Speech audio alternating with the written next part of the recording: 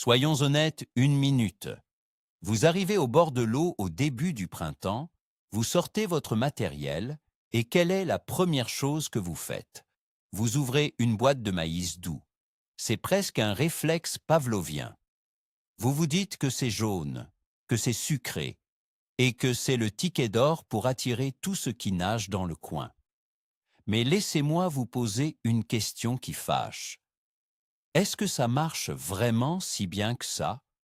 Ou est-ce que, 9 fois sur 10, vous finissez par passer votre journée à vous arracher les cheveux parce que votre flotteur tressaute de manière hystérique sans jamais couler franchement? Aujourd'hui, on va s'attaquer à un des plus grands mythes de la pêche moderne. Je vais vous prouver que pêcher au maïs doux de manière classique au printemps, c'est peut-être la pire erreur que vous puissiez faire si vous voulez de beaux poissons. Je vous promets qu'à la fin de cette vidéo, vous n'ouvrirez plus jamais cette petite boîte jaune avec le même regard. Vous allez comprendre pourquoi la friture vous rend fou et surtout, comment retourner la situation à votre avantage. Alors, prêts à remettre en question la fameuse technique infaillible de Tonton René? Dites-moi d'ailleurs en commentaire si vous avez déjà eu envie de jeter votre canne à l'eau à cause de ces petits poissons voleurs. Je suis sûr qu'on a tous connu ça. Pour comprendre pourquoi on se trompe, il faut remonter à l'origine du problème. Le maïs en boîte, c'est l'appât populaire par excellence. Il ne coûte presque rien, on le trouve dans tous les supermarchés, il se conserve bien et son odeur sucrée plaît autant aux pêcheurs qu'aux poissons. Depuis des dizaines d'années, c'est l'incontournable de la musette. Nos pères et nos grands-pères nous ont appris à pêcher avec ça. L'idée reçue est simple à comprendre. Au printemps, l'eau se réchauffe, les poissons sortent de la torpeur de l'hiver, ils ont besoin de calories, donc un grain plein de sucre devrait être le repas parfait. C'est une logique qui semble imparable. Du coup, des milliers de pêcheurs reproduisent exactement les mêmes gestes, saison après saison, année après année, sans jamais se poser de questions. On jette une poignée pour amorcer, on pique un grain sur l'hameçon et on attend. Mais le problème, c'est que nos cours d'eau ont évolué, la pression de pêche a augmenté et surtout, la dynamique du monde sous-marin au printemps est beaucoup plus complexe qu'un simple besoin de sucre. Continuer à pêcher comme il y a 40 ans sans s'adapter aux conditions réelles du printemps, c'est s'exposer à d'énormes frustrations. Et c'est exactement ce décor de fausses croyances que nous allons démonter ensemble aujourd'hui. Imaginez la scène. C'est un superbe matin de printemps. Une brume légère flotte encore au-dessus de l'étang. Le soleil commence timidement à percer. Et le silence n'est rompu que par le chant des premiers oiseaux. Vous êtes bien installé sur votre siège. Vous respirez l'air frais. Vous ouvrez votre fameuse boîte de conserve. Le petit bruit métallique résonne. Cette odeur sucrée monte à vos narines. C'est rassurant, n'est-ce pas? Vous prenez une poignée de maïs et vous la lancez gaiement sur votre cou, en imaginant déjà les carpes et les grosses brèmes accourir de l'autre bout du plan d'eau. C'est le grand classique. L'illusion parfaite de l'appât facile. Vous êtes persuadé que parce que l'eau se réchauffe en surface, l'appétit de tous les poissons est à son maximum. Mais sous la surface, la réalité est tout autre. Les gros poissons sont souvent encore léthargiques, prudents. Ce geste simple, d'apparence inoffensive, est en fait le signal d'alarme parfait pour réveiller la pire de vos angoisses de pêcheur. Vous venez, sans le savoir, de sonner la cloche du dîner pour la mauvaise clientèle. Cette poignée jetée à la volée ne va pas attirer les monstres que vous espérez, mais va créer un chaos indésirable sur votre zone de pêche. Vous venez de tendre un piège, mais c'est vous qui allez tomber dedans. Le premier grand piège du printemps, c'est le paradoxe de la température. Quand vous êtes sur la berge, vous sentez la douceur du soleil sur votre visage. Vous enlevez même peut-être votre veste. Vous vous dites que l'eau s'est réchauffée. Mais attention, l'eau se réchauffe de haut en bas. En surface, il peut faire bon. Mais là où repose votre montage, près du fond, l'eau est encore glaciale. Les gros poissons de fond comme les tanches, les grosses brèmes ou les carpes vivent dans cette eau froide. Leur métabolisme est encore très ralenti. Ils ne digèrent pas vite et ne cherchent pas à s'empiffrer. Et que leur proposez-vous? Une belle grosse poignée de grains de maïs, froids, denses et parfois difficiles à digérer à cette température. Un gros poisson va peut-être approcher, observer ce tas de grains jaunes vifs sur le fond sombre et faire demi-tour. Il sait d'instinct que ce n'est pas le repas adapté à sa digestion du moment. Ce décalage thermique entre ce que vous ressentez sur la berge et la réalité du fond de l'eau est la cause numéro 1 des bredouilles printanières avec des appâts lourds. Vous pensez leur faire plaisir, mais en réalité, vous les repoussez avec un menu beaucoup trop riche pour la saison. Alors, si les gros poissons boudent à votre repas, qui va en profiter? C'est là que le cauchemar commence, l'invasion de la petite friture. Dès que vos grains touchent la surface de l'eau, leur couleur jaune éclatante attire l'œil des petits gardons, des ablettes et des rotangles qui, eux, nagent entre deux eaux, là où la température est plus clémente. Ils sont vifs, ils ont faim, et ils attaquent en meute. Avant même que votre appât n'atteigne le fond, il est intercepté, picoré, chahuté. Vous voyez votre flotteur faire des petits bonds incessants. Il tressaille à droite, il vibre à gauche, il plonge à moitié, il remonte. Vous prenez votre canne en main, la tension monte, vous ferrez dans le vide. Encore et encore. Ces petits poissons ont des bouches minuscules. Ils ne peuvent pas avaler le grain en entier, alors ils jouent avec. Ils tirent dessus, ils l'abîment. Vous passez votre matinée à remonter un hameçon vide ou avec un grain complètement déchiqueté. C'est épuisant pour les nerfs. Cette danse de la friture autour de votre montage crée une agitation frénétique qui finit par effrayer définitivement les rares gros poissons qui auraient pu s'approcher avec prudence. Parlons maintenant d'une habitude dévastatrice que beaucoup ont gardée de l'ancien temps. La fameuse erreur du jus de maïs. Quand vous ouvrez la boîte, que faites-vous de ce liquide laiteux et sucré qui baigne les grains? Beaucoup de pêcheurs le versent directement dans leur seau d'amorce ou, pire, le jettent tel quel sur leur cou en pensant créer un nuage attractif. C'est vrai, cela crée un nuage très odorant. Mais ce nuage, c'est comme allumer un projecteur géant dans le ciel pour appeler tous les petits poissons à des kilomètres à la ronde. Le jus sucré se disperse vite et reste en suspension dans les couches supérieures de l'eau. Cela crée une frénésie alimentaire chez les alevins et la très petite friture. L'eau devient trouble à cause de leur agitation.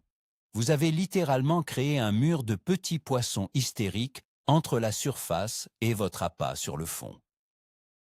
Essayer de faire descendre une ligne proprement à travers ce brouillard de friture devient une mission impossible. Plutôt que d'attirer les belles prises, vous avez parfumé l'eau pour organiser le plus grand banquet de bébés poissons de la région. C'est une erreur tactique majeure au printemps. Il y a un autre mythe tenace qu'il faut absolument briser aujourd'hui. C'est la croyance du gros appât pour un gros poisson. On voit souvent des pêcheurs enfiler 3 voire 4 grains de maïs sur un gros hameçon au printemps. Ils se disent que cela va sélectionner les plus gros spécimens et décourager les petits. C'est faux, totalement faux. En piquant autant de grains, vous créez une boule jaune énorme et compacte qui n'a rien de naturel. De plus, cela obstrue complètement la courbure de votre hameçon. Lorsqu'une belle touche survient enfin, la pointe de l'hameçon ne peut pas piquer correctement la lèvre du poisson, car elle est noyée dans la masse charnue du maïs. Vous ferrez, vous sentez une lourdeur pendant une fraction de seconde, puis plus rien. Le poisson s'est décroché. Et pendant ce temps, la friture continue de s'acharner sur cette grosse boule jaune en arrachant de petits morceaux. Plutôt que de sélectionner les gros, vous leur présentez un piège grossier et repoussant tout en offrant une cible de choix à pignocher pour les petits. L'équilibre et la discrétion sont les vraies clés du printemps. La solution à ce problème d'hameçon encombré réside dans une petite révolution que beaucoup de pêcheurs traditionnels refusent encore d'adopter pour les pêches fines, le montage aux cheveux. Si vous piquez votre grain de maïs directement sur l'hameçon au printemps, vous faites une erreur de présentation. Les poissons sont tatillons. Ils goûtent, ils aspirent doucement, et s'ils sentent le moindre bout de métal ou une résistance anormale, ils recrachent instantanément. Vous voyez une touche minuscule sur votre flotteur, et c'est fini. En utilisant un petit cheveu, très fin, pour écher votre ou vos grains, vous laissez l'hameçon complètement libre et dégagé. Quand la grosse brème ou la carpe prudente va venir aspirer le maïs posé sur le fond, l'hameçon va suivre naturellement dans sa bouche sans éveiller ses soupçons. Au moment où elle va se redresser ou tenter de recracher, la pointe nue va piquer immédiatement. C'est la différence entre une matinée passée à pester contre des touches ratées et la joie de voir son élastique sortir de la canne avec puissance. Le cheveu n'est pas réservé qu'aux carpistes, c'est une arme redoutable pour toutes les pêches subtiles du début de saison. Abordons un aspect souvent négligé, la psychologie des couleurs sous l'eau. Le jaune vif du maïs doux commercial est presque fluo. Dans les eaux souvent claires du printemps, avant que les algues ne prolifèrent avec les chaleurs de l'été, cette couleur pète littéralement sur le fond. Sur une vase sombre ou du gravier noir, un tapis de maïs jaune ressemble à un signal lumineux de danger pour un vieux poisson méfiant. Ils ne sont pas stupides. Ils ont survécu à de nombreuses saisons. Un tas de nourriture aussi éclatante et uniforme n'existe pas dans la nature. Cela éveille leur méfiance. Ils vont se tenir à distance, en cercle autour de votre amorçage, regardant les petits poissons plus téméraires s'exciter au milieu. Et vous, sur la berge, vous attendez un départ qui ne viendra jamais, car votre piège est visuellement beaucoup trop agressif. Le maïs doux pur, utilisé en trop grande quantité et sans précaution au printemps, est un repoussoir visuel pour les poissons éduqués. Il faut apprendre à casser cette uniformité visuelle pour les rassurer. Voici justement le secret pour casser cette méfiance et déjouer le harcèlement de la friture. L'association des appâts, ou ce qu'on appelle le cocktail. Plutôt que de mettre un gros grain de maïs solitaire ou une grappe ridicule, essayez ceci. Enfilez un seul grain de maïs sur votre hameçon, suivi de 2 asticots bien rouges ou d'un beau morceau de terreau. Visuellement, cela change tout.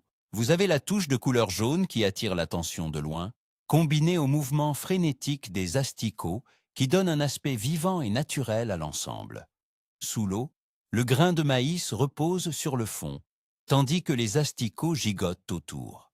Les petits poissons vont taper, c'est vrai, mais ce mouvement de vie combiné au contraste des couleurs va déclencher l'agressivité et la curiosité des gros poissons qui rôdaient autour sans oser approcher. Le panaché maïs et viande est l'une des armes les plus destructrices pour le printemps. Il rassure, il intrigue, et surtout, il est bien plus facile à engamer pour un beau poisson qu'un bloc de maïs pur. L'erreur fatale suivante est sans doute la plus courante de toutes. L'amorçage lourd.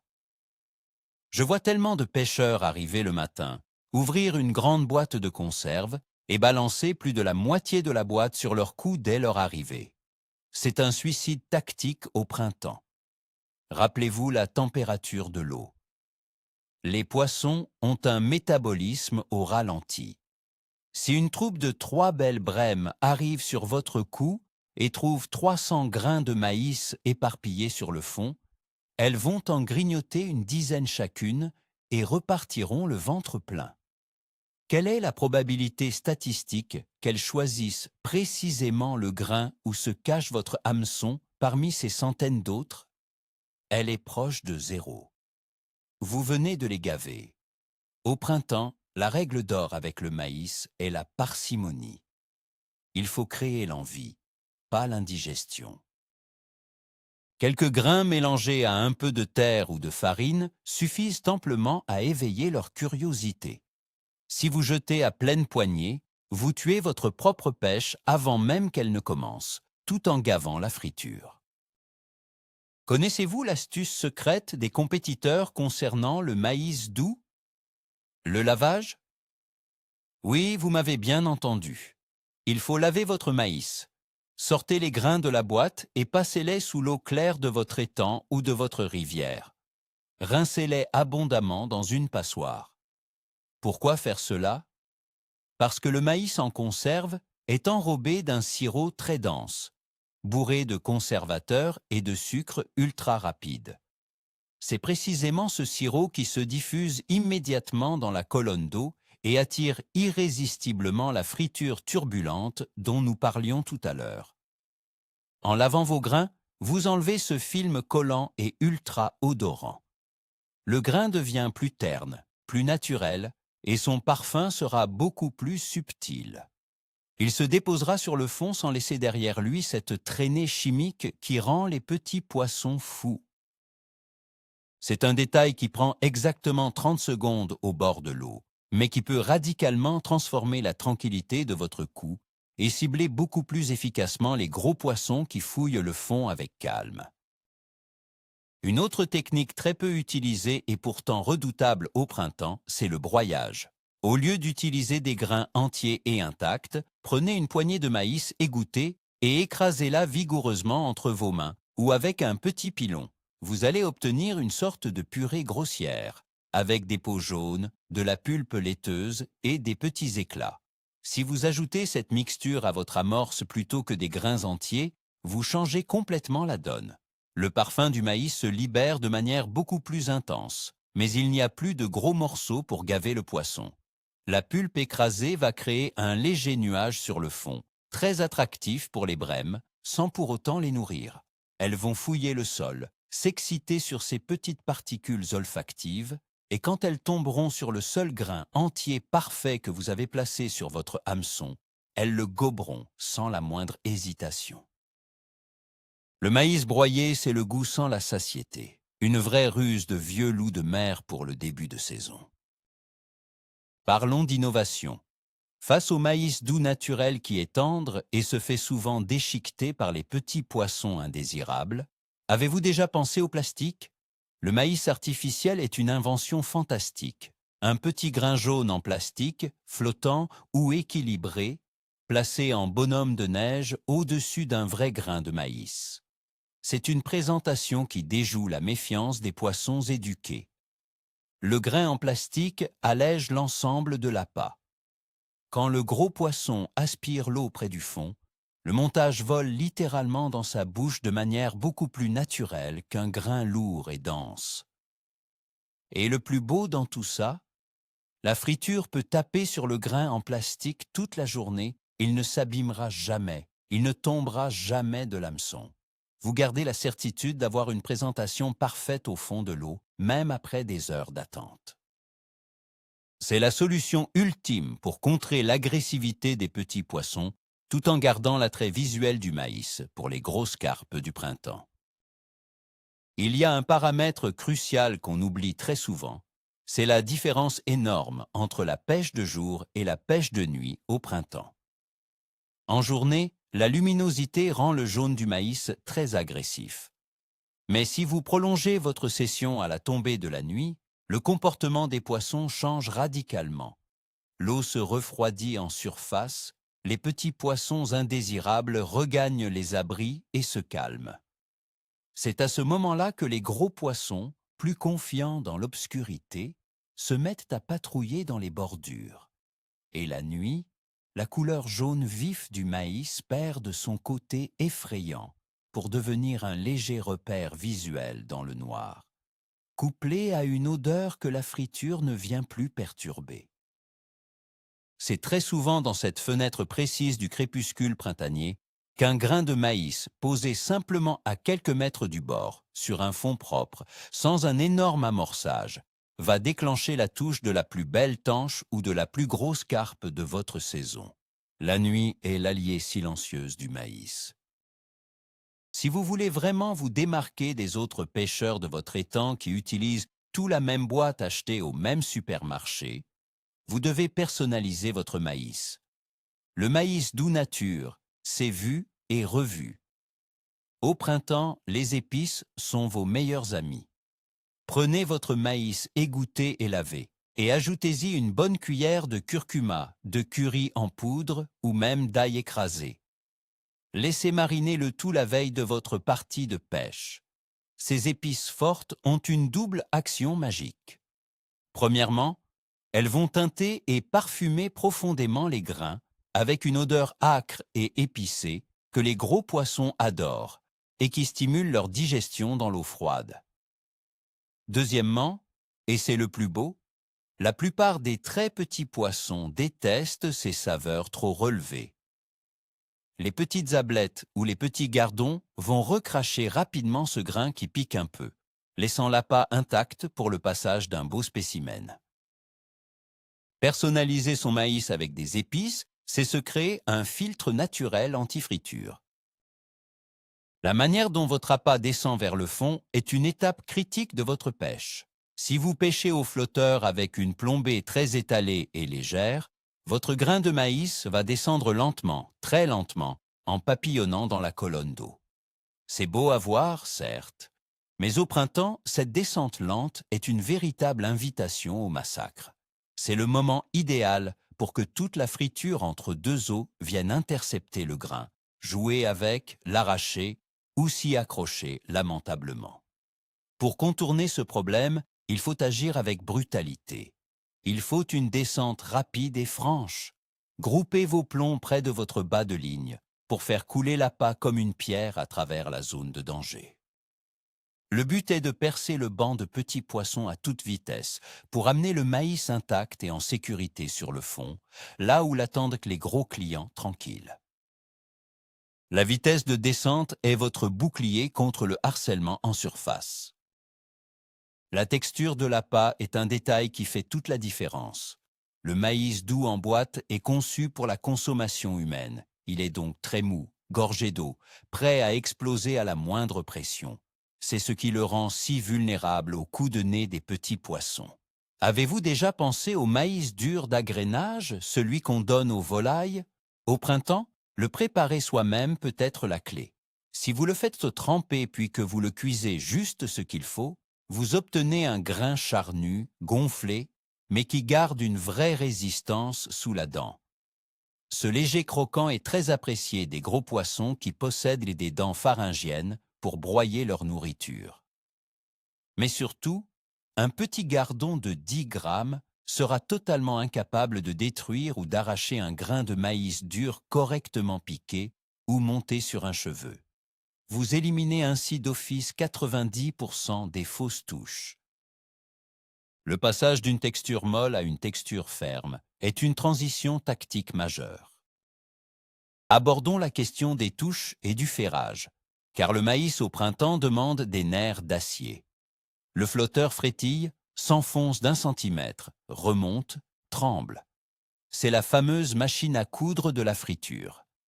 Le pêcheur inexpérimenté va ferrer nerveusement à chaque micro-mouvement, brassant l'eau et effrayant le coup. Le secret, c'est le self-control absolu.